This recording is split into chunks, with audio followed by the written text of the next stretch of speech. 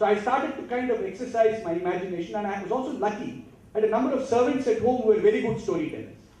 So if you look back at Vikram and Betal, Mahabharata, Ramayana, all this stuff, you kind of grow up in a very orally interesting tradition. I had my maternal grandmother and my paternal grandmother, a whole gaggle of cousins, out of whom one or two are here. So we all remember those days when actually life was lived in all these small adventures.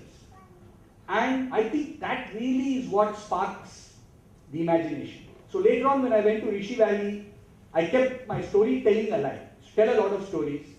And so the school wrote a protest letter to my parents saying that he's distracting the class a lot. So after a while, I kind of went away from stories because career takes hold of you, you've got all the academic pressures. So, you kind of dropped it, and I regret a period of almost 15, 20 years when I really got involved in the day-to-day business of sort of running a factory, running a company, and that kind of thing. When one day I woke up and said, no, I've got to get back to writing.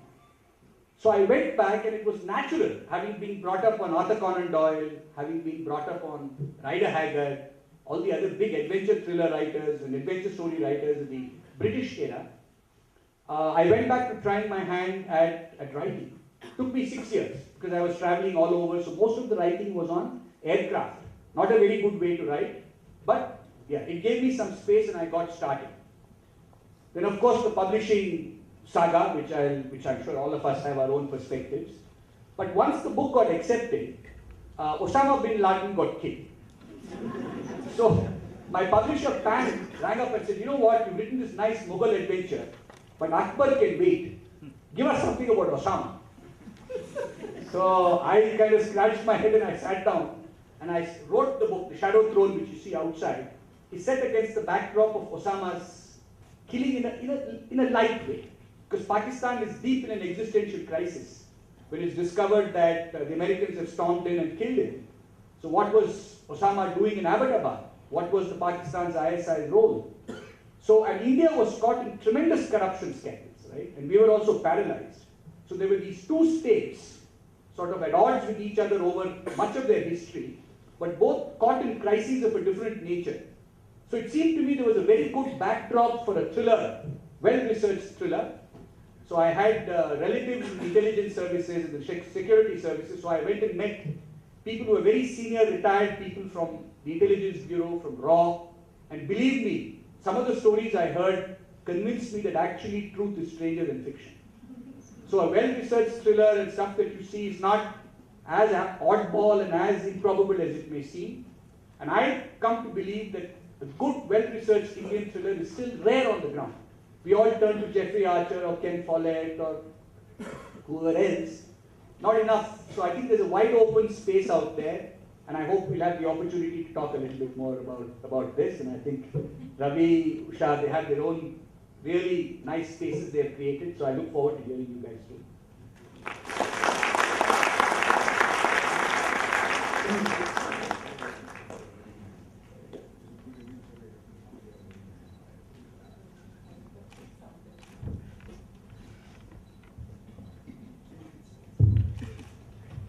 Thanks, Arun. I was raising my hand not to show the time, but when he said that good Indian thrillers are yet to come, I just raised my hand to say here's one. Okay. So with that, Usha, would you like to go next and talk about your experiences?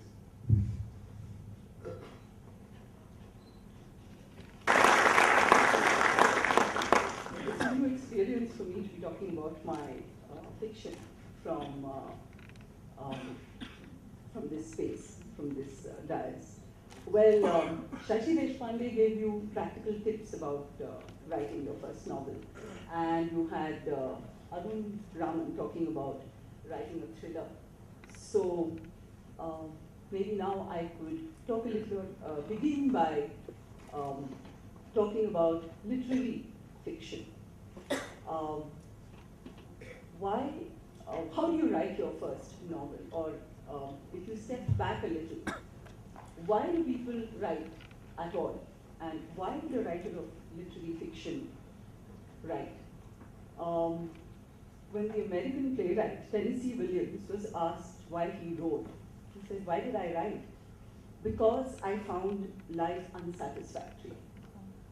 And that is the seed, that is what, that dissatisfaction is what makes a literary writer begin. Because you want to explore the world. You want to make sense of it. And you want to explore what is very widely called the human condition. What Tennessee Williams meant was that our lives are so circumscribed. You have such a short period of time to live, and the experiences you have are necessarily quite small. Your life doesn't encompass too much unless you live with your imagination. So writing, the writing of fiction is an invitation for you to enter into other worlds, to get beyond the lot that has been given to you. And that is the opportunity that writing affords, and that is what you have to take. Writing for me, or writing of fiction, is the personal expression of a subjective truth, the truth about the world. And as you explore it, as you enter into other minds, other spaces, and try out maybe different forms, you find yourself writing about yourself and exploring the world.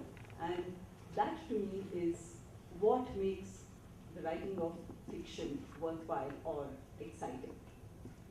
But to come back to a less philosophical tone. So how do people begin to write, or how do they write their first books or their first novels? Maybe you begin with a story that you have to tell. Maybe there is an idea that you want to explore, a poem that you want to write. But there is a rush of thoughts and words in your head that will not be denied. You have to get it down on paper or on the screen, as it were. And then you write it out, you polish it up, and the next thing that you do is hand it over to, maybe after you pick up a little courage, you send it to friends and family. And usually, they're very excited, people are very kind, they say good things about your work. Of course, if they don't say bad things, of course they are jealous, you know that very well. And sometimes they are embarrassed. There was a poet who said that in the abstract, the thought of poetry is very lofty, it is ennobling. But a poet in the next room, how absurd. And 4 writers on a panel, well, let's not talk about that. Yes, so your friends and relatives have said nice things about your writing. And then you come to the second part of the story. You become ambitious. You want to get your writing out into the world. You want to publish it. You are ready to have strangers look at your work. And this is where a writer, after you have finished writing the first draft, this is where one has to step back and look critically at your work, as Shachi Deshpande said. You have to look at your baby as if it is someone else's child. So, and everyone knows that even though your child, everyone else thinks your child is buck-toothed and obese, but you think it's the most beautiful creature on earth. So you have to step back. And strangely, people who are very critical of others' work suddenly find that they cannot apply the same criteria, or they cannot look at their work in the same way. And that happens. It's a common experience to all of us. And when you have written your first book, now a lot of people include many autobiographical elements in their first book. So when you're being critical, you have to look back, stand back and see. Are you recycling the anecdotes about your college life? About what a great time you all had, and Bunty was so funny and he fell off there and he got drunk and so on and so forth. And secondly, about those aunts and uncles who are really hilarious. No, there's nothing wrong with that, because you are encouraged to mind your own life and think of your youth. And Three Idiots, I thought, did it very well, captured these common experiences and put them in front of you very well.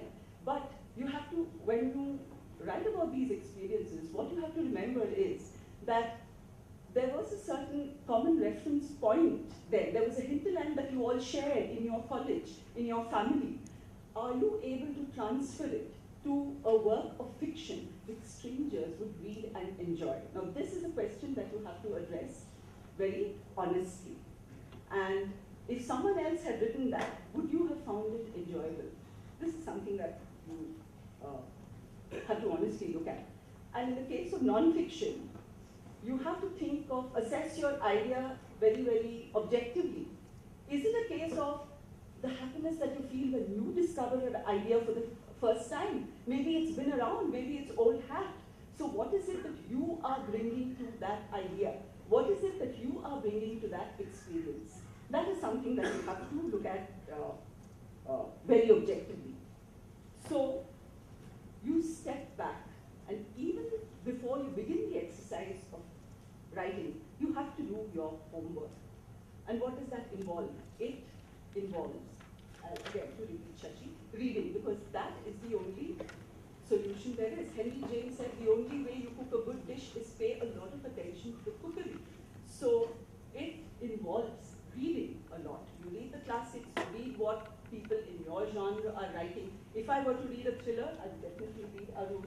I would read Ken Follett, all the others he mentioned, John Grisham. So you get your ground prepared, you get it ready, and you also read the classics. You read Wilkie Collins, you read Arthur Conan Doyle, then you read Dashiell Hammett, Raymond Carver. I mean, there's so many people. P.D. James, Agatha Christie, Shashi Deshpande for her thrillers. So you do your homework, you read all that there is in your field, and then you assess your ideas on the basis of that. Because all of us think we are writing something original, something great, and you think you're turning out Kepler's prose. But as I think it was a Woodhouseian character who said, it is just one more object added to the world. Do you need it? Is a stranger going to pay money and spend time to read what you have written? And that brings us to the next question, again, which Shashi spoke about, that of style. Generally, people talk of content and style or structure as two different things. But when you are beginning to write, the two are intermingled in your head. You cannot say, oh, the content is excellent, but the style is not good. It just does not work.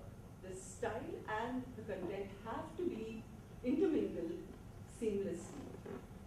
Now, I mean, you hear a lot of people who say that the rush of words just comes out. I write whatever I want. It's, I can't stop my heart. Well, a rush of words produces a slush of prose. It's something that you have to remember. Muriel Spark, she calls such people who just allow words to gush forth as pisseurs de copy or urinators of copy. And even when you see a piece of work where you feel that the writer has poured his or her heart on it, believe me, a lot of work has gone into it if it is effective. You work very hard to create the artifice that you are writing as if there is no stopping your heart. You have to work to produce that effect. So you have to understand that the fiction that you see before you, which you read and which you value because it is so lifelike, is the result of hard work. It is an artificial product. And that is something that writers must remember and they have to work towards. Just one more thing, if I have the time. The writing today, you see a lot of people are writing, there are a lot of genres that are open to you. There are also different mediums. You needn't always write for print. You have so many, the internet has opened up different ways and avenues in which you can reach your words out to the reading public. You can decide what is the weight that you want to give what you are writing. Is it a light piece? Would you rather say the equivalent of a newspaper middle at one time? Would you rather write about it in a blog? Will you write it to a select group? What is the kind of, does your work, is it something that you are going to send to a political journal? Is it something you want to send to a newspaper? To a journal that deals in, say, economic subjects? Or is it something that you just want to send to your family members, or you want to